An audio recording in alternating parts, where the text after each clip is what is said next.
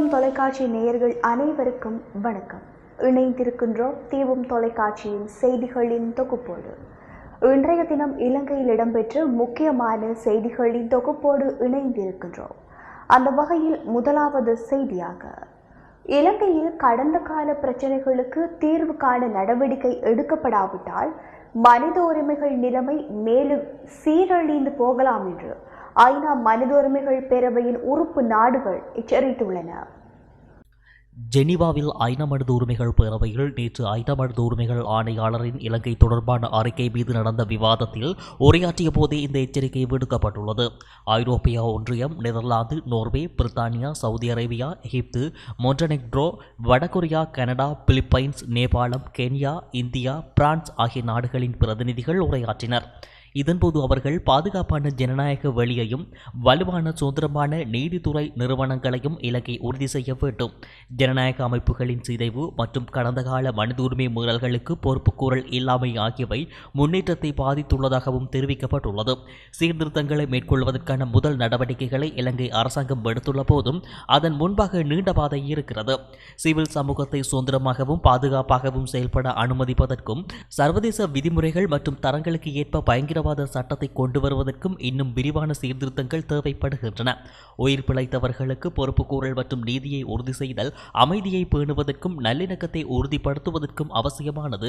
சிறுபான்மையினரையும் உள்ளடக்கி அனைத்து இளைஞர்களுக்கும் ஒரு வளமான அரசை கட்டியெழுப்புவது அவசியமானது. மனித உரிமைகள் கரிசனைகளை தீர்ப்பதற்கு முன்மொழியப்பட்ட மாற்றங்கள் போதுமானதாக இல்லை.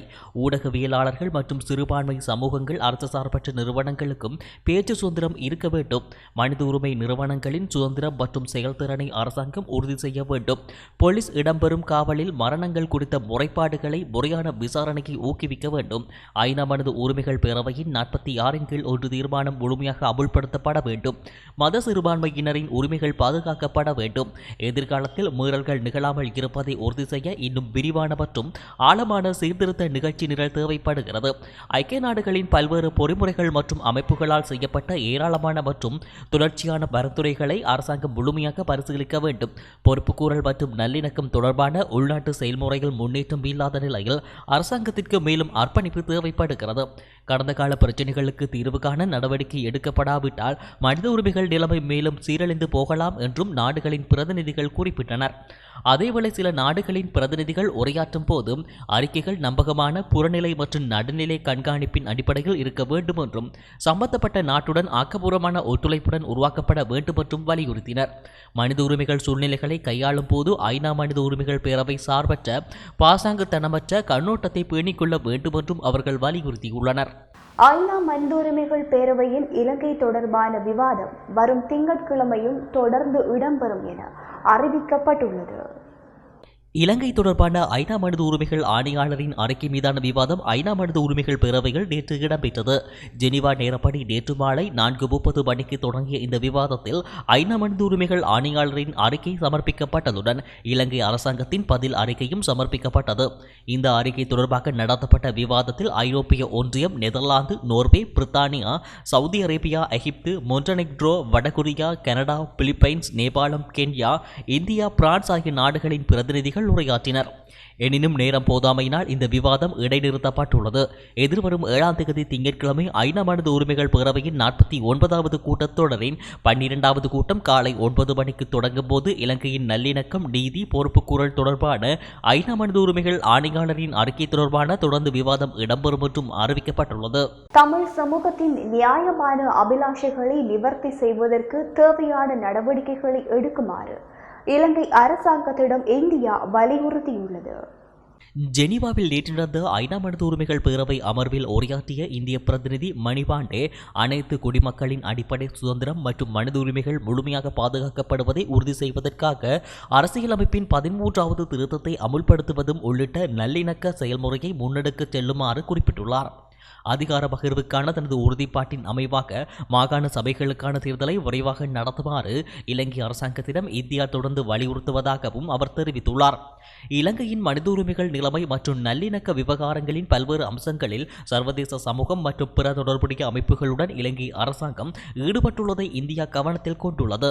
சம்பந்தப்பட்ட பங்குதாரர்களிடையே இதுபோன்ற ஈடுபாடுகள் மற்றும் உரையாடல் தொடர வேண்டும் என்று நாங்கள் விரும்புகின்றோம். ஐநா மனித உரிமை ஆணையாளரின் அறிக்கை இலங்கையில் நல்லிணக்கம், பொறுப்புக்கூறல் மற்றும் மனித உரிமைகளை ஊக்குவிப்பது தொடர்பான முக்கிய கவலைகளை எழுப்புவதாக உள்ளது. இலங்கை தொடர்பான ஐநா மனித உரிமை ஆணையாளரின் அறிக்கை மற்றும் அவரது வாய்மொழி கருத்துக்களை நாங்கள் கவனத்தில் கொண்டுள்ளோம். இலங்கையில் உள்ள தமிழர்களின் நலன்களை பாதுகாப்பது, அவர்களின் பிரச்சினைகளை தீர்ப்பது தொடர்பான தனது உறுதிமொழிகளை நிறைவேற்றுமாறு நண்பனும் அண்டை நாடுமான இலங்கைக்கு இந்தியா தொடர்ந்து அழைப்பு விடுத்துள்ளது. ஒன்றுபட்ட இலங்கைக்குள் சமத்துவம், நீதி, சமாதானம் மற்றும் கண்ணியம் ஆகியவற்றை உறுதி செய்யும் வகையில் இலங்கையில் உள்ள தமிழர்களின் எதிர்பார்ப்புகள் நிறைவேற்றப்படுவது இலங்கையின் சொந்த நலனுக்கு நல்லது என்று இந்தியா நம்புகிறது. 13வது திருத்தம் உட்பட அர்த்தமுள்ள அதிகார பகிர்வு தொடர்பில் இலங்கை அரசாங்கம் வழங்கிய உறுதிமொழிகளுக்கும் இது பொருந்தும் என்றும் இந்திய பிரதிநிதி ஜெனீவாவில் வலியுறுத்தியுள்ளார். நாட்டு மக்கள் வழங்கிய 3/2 பெரும்பான்மை பலத்தை மழுங்கடித்து குறுகிய காலத்தில் அரசாங்கத்தை மக்கள் வெறுக்கும் சூழலை நிதியமைச்சர் பசில் ராஜபக்ஷவே தோற்றுவித்துள்ளார் என்று பொதுஜன பெரமுன கூட்டணியில் அங்கம் வகிக்கும் 11 பங்காளி கட்சிகளின் தலைவர்கள் தெரிவித்துள்ளனர். விமல் வீரவம்ச உதயகமன்பில ஆகியோர் ஜனாதிபதியால் அமைச்சு பதவியிலிருந்து நீக்கப்பட்டதை தொடர்ந்து 11 பங்காளி கட்சி தலைவர்கள், உறுப்பினர்கள் நேற்று கொழும்பில் ஊடக சந்திப்பை நடத்தினர்.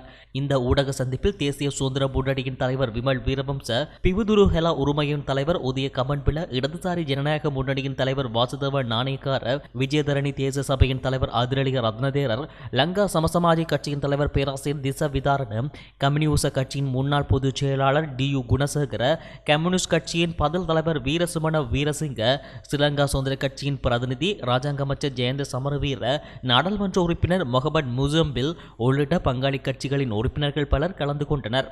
இங்கு கருத்து வெளியிட்ட விமல் வீரவம்ச, நிதியமைச்சர் பசில் ராஜபக்சவின் முறையற்ற செயற்பாடுகளுக்கு பங்காளி கட்சியின் தலைவர்கள் தொடர்ந்து தடையாக செயல்படுவதால் அவர் பங்காளி கட்சிகளை அரசாங்கத்திலிருந்து வேறுபடுத்தும் முயற்சிகளில் தொடர்ந்து ஈடுபட்டார். நிதியமைச்சரின் செயற்பாடுகள் பொருளாதார பாதிப்பை மீண்டும் தீவிரப்படுத்தும் வகையில் காணப்படுகிறதே தவிர நெருக்கடியை சீரமைக்கும் தன்மையில் அமையவில்லை. தனக்கு அனைத்தும் தெரியும் என்ற நிலைப்பாட்டில் இருந்து கொண்டு செயல்படுவதால் அவர் பிற தரப்பினரது ஆலோசனைகளுக்கு மதிப்பளிப்பதில்லை. பொதுஜன பெரமுனவின் தலைமைத்துவ பதவி பிரதமர் மஹிந்த ராஜபக்சவிற்கு பெயரளவில் மாத்திரம் வழங்கப்பட்டுள்ளது. பொதுஜன பெரமுனவின் பொதுச் செயலாளர் பதவி அரசியல் குறித்து அனுபவம் இல்லாத நாடாளுமன்ற உறுப்பினர் சாகர காரியவசத்திற்கு வழங்கப்பட்டுள்ளது. முறையாக பதவி வழங்கப்பட்டிருக்க வேண்டுமாயின் பொதுஜன பெரமுனவின் பொதுச் செயலாளர் பதவி அமைச்சர் டலஸ் அழகு பெருமாவிற்கு வழங்கப்பட்டிருக்க வேண்டும்.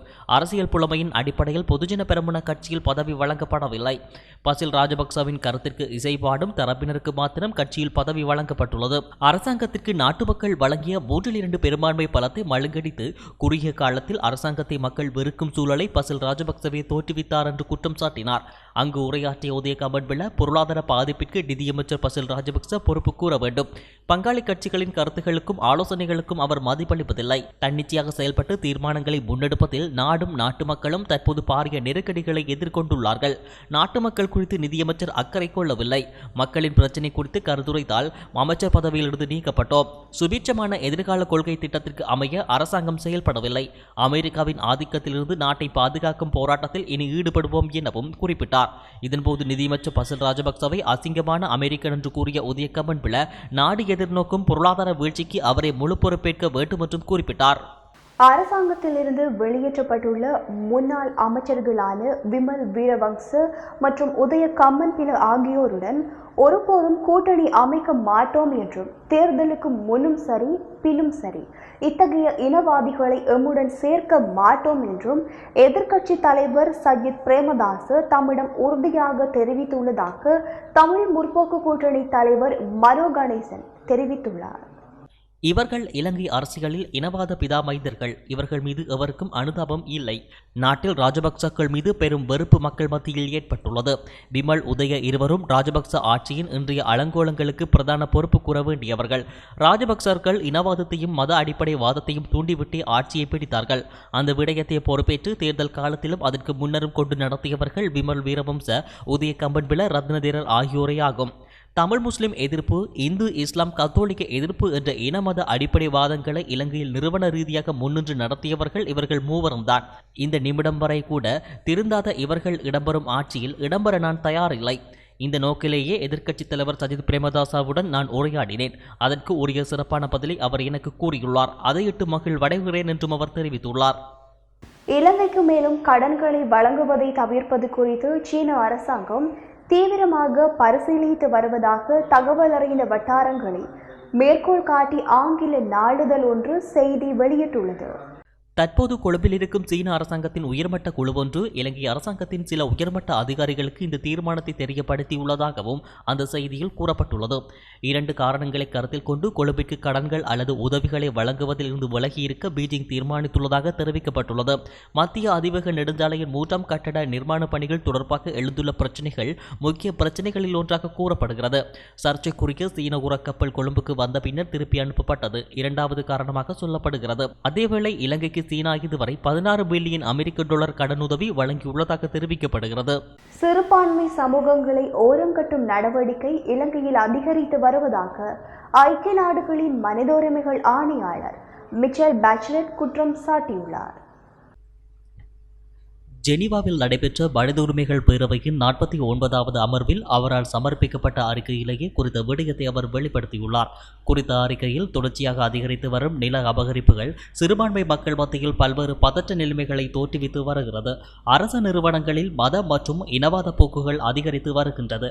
அரசு சிவில் சேவை பதவிகளுக்கு இராணுவ அதிகாரிகள் நியமிக்கப்படுவது பாரிய கவலை அளிக்கிறது. பாரதூரமான மனித உரிமை குற்றச்சாட்டுகள் சுமத்தப்பட்டவர்களுக்கும் நியமனங்கள் வழங்கப்படுவதும் ஊடகவியலாளர்கள், சமூக செயற்பாட்டாளர்கள் மற்றும் மனிதுரிமை ஆர்வலர்கள், போலீசார் மற்றும் புலனாய்வு பிரிவினர் அச்சுறுத்தலுக்கு உள்ளாகி வருவதும் காணக்கூடியதாக உள்ளது. பயங்கரவாத தடை சட்டத்தில் அரசாங்கம் திருத்தங்களை மேற்கொள்வதற்கு முன்னெடுத்துள்ள நடவடிக்கைகளை ஐக்கிய நாடுகளின் மனித உரிமைகள் ஆணையாளர் பாராட்டியுள்ளதுடன் அச்சட்டத்தில் பாதிக்கப்பட்டவர்கள் மற்றும் அவர்களது குடும்பங்களுக்கான நீதி தொடர்ச்சியாக மறுக்கப்படுவதாக குறிப்பிட்டுள்ளார். மாலத்தீவில் கடந்த மாதம் 26ஆம் தேதி மரணமடைந்த இலங்கை தேசிய கால்பந்தாட்ட வீரர் டக்சன் பியூஸ்லஸினுடைய பூத உடல் நேற்று இரவு 10 மணியளவில் மன்னார் பனங்கட்டுக்கோட்டில் உள்ள அவருடைய இல்லத்திற்கு அஞ்சலிக்காக எடுத்து வரப்பட்டுள்ளது. மாவைதீவில் கடந்த மாதம் 26ஆம் தேதி மரணமடைந்த இலங்கை தேசிய கால்பந்தாட்ட வீரர் டக்சன் பியூஸ்லஸ் இன் பூத உடல் கடந்த 3ஆம் தேதி அதிகாலை கட்டுநாயக்கா சர்வதேச விமான நிலையத்தினூடாக இலங்கை வந்தடைந்தது. இந்த நிலையில் குறித்த பூத உடல் பிரேத பரிசோதனைக்காக நீர்கொழும்பு வைத்தியசாலையில் ஒப்படைக்கப்பட்டு பிரேத பரிசோதனை மேற்கொள்ளப்பட்ட நிலையில் பூத உடல் அவருடைய மனைவி மற்றும் குடும்பத்தினரிடம் நீர்கொழும்பு வைத்தியசாலையில் வைத்து கையளிக்கப்பட்டது. இந்த நிலையில் பூத உடல் மனைவியிடம் ஒப்படைக்கப்பட்ட நிலையில் உடல் யாழ்ப்பாணத்துக்கு அஞ்சலிக்காக எடுத்து செல்லப்பட்டது. பின்னர் நேற்று மாலை யாழ்ப்பாணத்திலிருந்து மன்னார் பனங்கட்டுக்கோட்டில் உள்ள அவரது இல்லத்திற்கு பூத உடல் எடுத்து வரப்பட்டது. யாழ்ப்பாணத்திலிருந்து மன்னார் வரும் வழியில் பூநகரி, முழங்காவில், தேவன்பட்டி, விடத்தல் தீவு, ஆண்டாங்குளம், அடம்பன் போன்ற இடங்களைச் சேர்ந்த கால்பந்தாட்ட கழக வீரர்கள் பல ஆயிரக்கணக்கான மக்கள் கண்ணீர் மல்க அஞ்சலி செலுத்தினர். மன்னார் தள்ளாடி சந்தியிலிருந்து மன்னார் பனங்கட்டுக்கோட்டில் உள்ள அன்னாரது இல்லத்திற்கு பூத உடல் நேற்று இரவு 10 மணியளவில் அஞ்சலிக்காக எடுத்து வரப்பட்டது. இதன்போது விளையாட்டுக் கழக வீரர்கள், வர்த்தகர்கள், மன்னார் மாவட்ட முச்சக்கர வண்டி உரிமையாளர்கள், பொதுமக்கள், அரசியல் பிரதிநிதிகள் என பல்லாயிரக்கணக்கானவர்கள் ஒன்றிணைந்து பவனியாக பூத உடலை எடுத்து வந்தனர். மன்னார் பனங்கட்டுக்கோட்டில் உள்ள அன்னாரது இல்லத்திற்கு பூத உடல் அஞ்சலிக்காக வைக்கப்பட்ட நிலையில் எதிர்வரும் திங்கட்கிழமை மாலை மன்னார் பொது மயானத்தில் நல்லடக்கம் செய்யப்பட உள்ளமை குறிப்பிடத்தக்கது. பயங்கரவாத தடை சட்டத்திற்கு எதிரான கையெழுத்து சேகரிக்கும் போராட்டம் மத்திய மாகாணத்தில் முன்னெடுக்கப்பட்டுள்ளது. குறித்த போராட்டம் கண்டி மற்றும் மாத்தளை ஆகிய பகுதிகளில் இன்று முன்னெடுக்கப்பட்டுள்ளது. இதில் தமிழ் தேசிய கூட்டமைப்பின் நாடாளுமன்ற உறுப்பினர் ராசானகன் மற்றும் எம்.ஏ. சுமந்திரன் ஆகியோர் பங்கேற்றனர். பயங்கரவாத தடை சட்டத்துக்கு எதிரான கையெழுத்து சேகரிக்கும் போராட்டம் வடக்கு கிழக்கு கொழும்பு என பல பகுதிகளில் முன்னெடுக்கப்பட்டு வருகின்றமை குறிப்பிடத்தக்கது. தென்பகுதியிலே சிங்கள மக்கள் பலர், சிங்கள அமைப்புகள் பலர் தாங்களும் இந்த கையெழுத்து போராட்டத்தில் ஈடுபட வேண்டும் என்று கேட்டுக்கொண்டிருக்கிறார்கள். அவர்களோடு சென்று அந்த பிரதேசங்களிலேயும் நாங்கள் இந்த போராட்டத்தை நடத்துவோம். இந்த பயங்கரவாத தடுப்புச் சட்டம் முற்றாக நீக்கப்பட வேண்டும் என்று நாட்டிலே அனைத்து மக்களுடைய கோரிக்கையும் இப்பொழுது எழுந்திருக்கிறது. வெளியே இருந்து சர்வதேச சமூகத்தினுடைய கோரிக்கை பல ஆண்டுகளாக இருந்து கொண்டிருக்கிறது. இப்பொழுது ஜெனீவாவிலே நடைபெற்று கொண்டிருக்கிற ஐக்கிய நாடுகள் மனித உரிமை பேரவை கூட்டத்திலேயும் கூட ஐக்கிய நாடுகள் மனித உரிமை உயர்ஸ்தானிகர் கொடுத்திருக்கிற அறிக்கையிலே இந்த சட்டம் முற்று முழுதாக மாற்றப்பட வேண்டும் என்று சொல்லியிருக்கிறார். தற்போது அரசாங்கம் கொண்டு வந்திருக்கிற திருத்த சட்டம் எந்த விதத்திலும் போதாது என்ற கருத்தையும் வெளிப்படுத்தியிருக்கிறார். நேற்றைய தினம் ஜெனீவா நகரத்திலே நடைபெற்ற இலங்கை சம்பந்தமான கலந்துரையாடலிலே பல நாடுகள் தங்களுடைய கருத்துக்களை தெரிவித்திருக்கிறார்கள். அதிலே பல நாடுகள் பயங்கரவாத தடுப்பு சட்டத்தை பற்றியும் சொல்லியிருக்கிறார்கள்.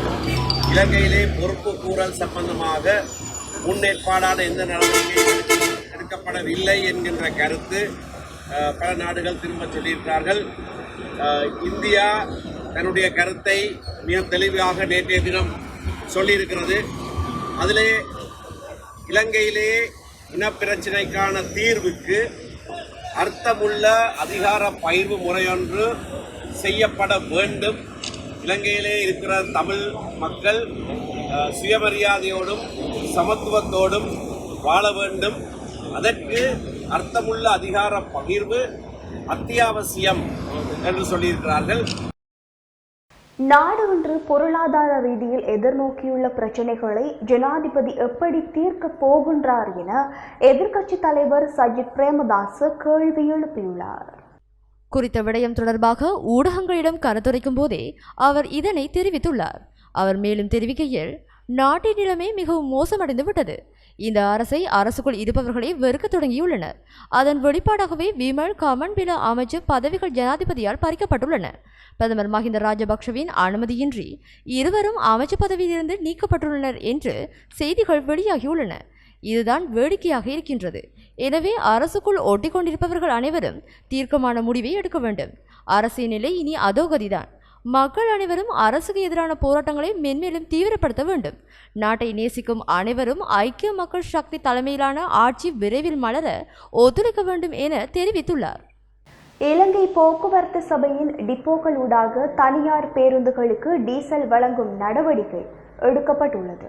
இன்று முதல் இலங்கை போக்குவரத்து சபையின் 45 டிப்போக்களிலும் குறித்த நடவடிக்கை ஆரம்பிக்கப்பட்டுள்ளதாக போக்குவரத்து அமைச்சர் திலும் அமனுகம தெரிவித்துள்ளார். தனியார் பேருந்துகளுக்கு மேலதிகமாக சுற்றுலாத்துறையில் ஈடுபடும் பேருந்துகளும் இலங்கை போக்குவரத்து சபை டிப்போ ஊடாக டீசலை பெற்றுக்கொள்ள முடியும் என அவர் மேலும் தெரிவித்துள்ளார்.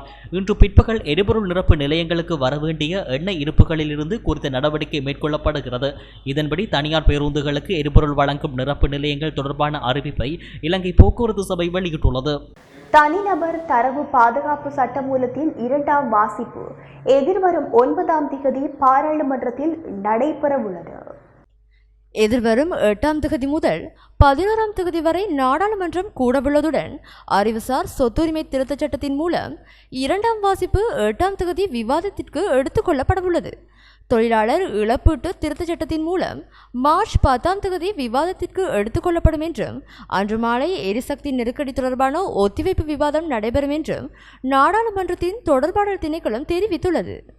முற்போக்கான சிங்கள சகோதரர்களையும் இணைத்து கொண்டு இலக்கை நோக்கி நாம் நகர வேண்டும் என தமிழ் தேசிய கூட்டமைப்பின் மட்டக்களப்பு மாவட்ட பாராளுமன்ற உறுப்பினர் ராசமாணிக்கம் சாணக்கியன் தெரிவித்துள்ளார்.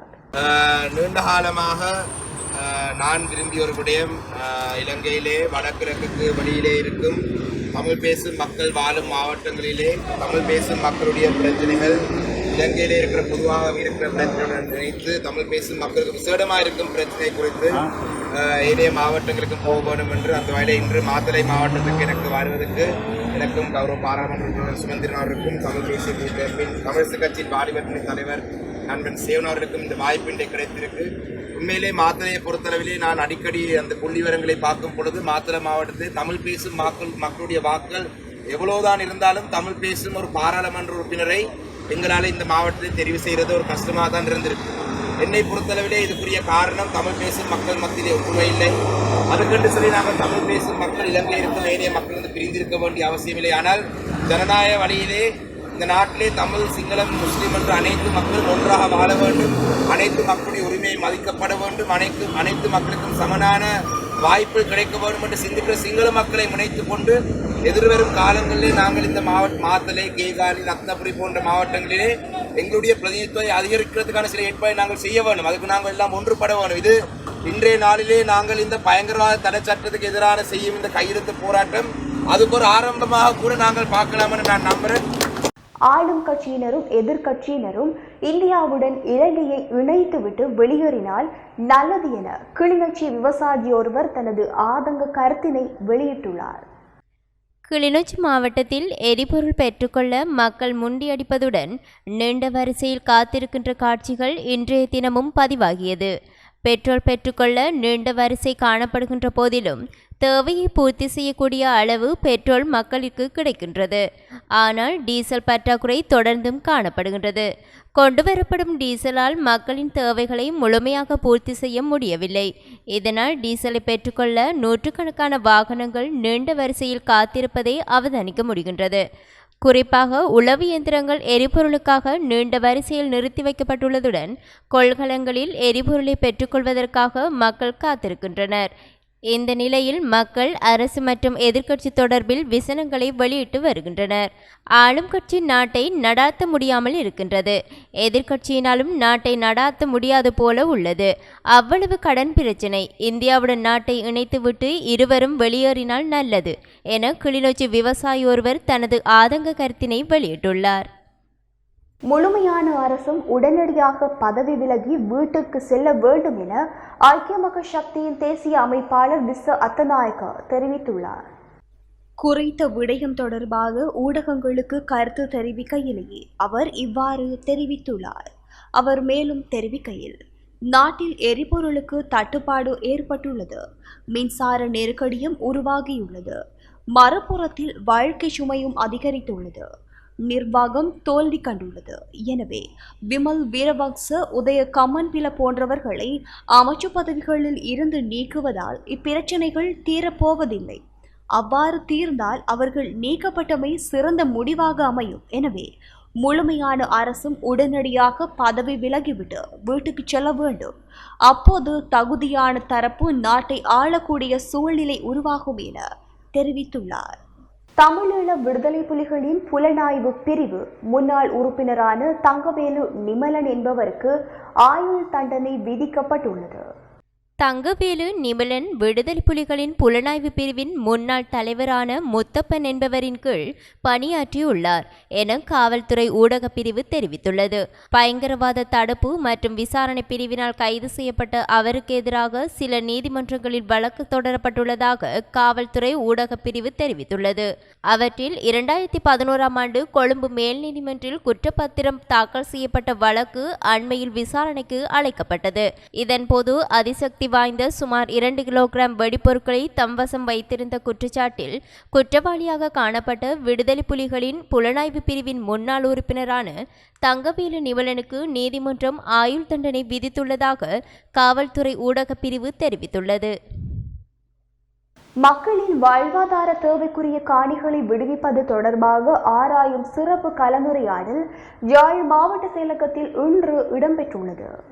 யாழ்ப்பாணம், கிளிநொச்சி மாவட்டங்களில் வனஜீவராசிகள் மற்றும் வன பாதுகாப்பு திணைக்களங்களின் கட்டுப்பாட்டில் உள்ள காணிகளில் மக்களின் வாழ்வாதார தேவைக்குரிய காணிகளை விடுவிப்பது தொடர்பாக ஆராயும் குறித்த சிறப்பு கலந்துரையாடலில் வனஜீவராசிகள் மற்றும் வன பாதுகாப்பு அமைச்சர் சிபி ரத்நாயக்க, யாழ் மாவட்ட நாடாளுமன்ற உறுப்பினர் அங்கஜன் ராமநாதன், கடல் தொழில் அமைச்சர் டக்ளஸ் தேவானந்தா, வடமாகாண பிரதம செயலாளர் SM சமன் பந்துலசேன, யாழ் மாவட்ட அரசாங்க அதிபர் க மகேசன், கிளிநொச்சி மாவட்ட அரசாங்க அதிபர் ரூபவதி கேதீஸ்வரன், மேலதிக அரசாங்க அதிபர் முரளி, பிரதேச செயலாளர்கள் உள்ளிட்டோர் கலந்து கொண்டனர். இதன்போது இத்திணைக்களங்களால் முன்னெடுக்கப்படும் செயற்பாடுகளினால் யாழ், கிளிநொச்சி மாவட்ட மக்கள் எதிர்கொள்ளும் சவால்கள் தொடர்பாகவும் கலந்துரையாடப்பட்டுள்ளது. யாழில் வெதுப்பகங்கள் மூட வேண்டிய நிலை ஏற்பட்டுள்ளதாக யாழ் மாவட்ட வெதுப்பக உற்பத்தியாளர் சங்கத்தினர் தெரிவித்துள்ளனர். எங்களுக்கு நேற்று ஒரு அழைப்பு ஒன்று வந்தது. இன்றைக்கு அவசரமான கலந்துரையாடல் என்று. இது மக்களது பணி என்றபடியாக நாங்கள் உடனடியாக அந்த கலந்துரையாடல் செய்தோம். புரிமா விற்பனை முகவர் விற்பனை முகவருடன் தான் அந்த கலந்துரையாடல்.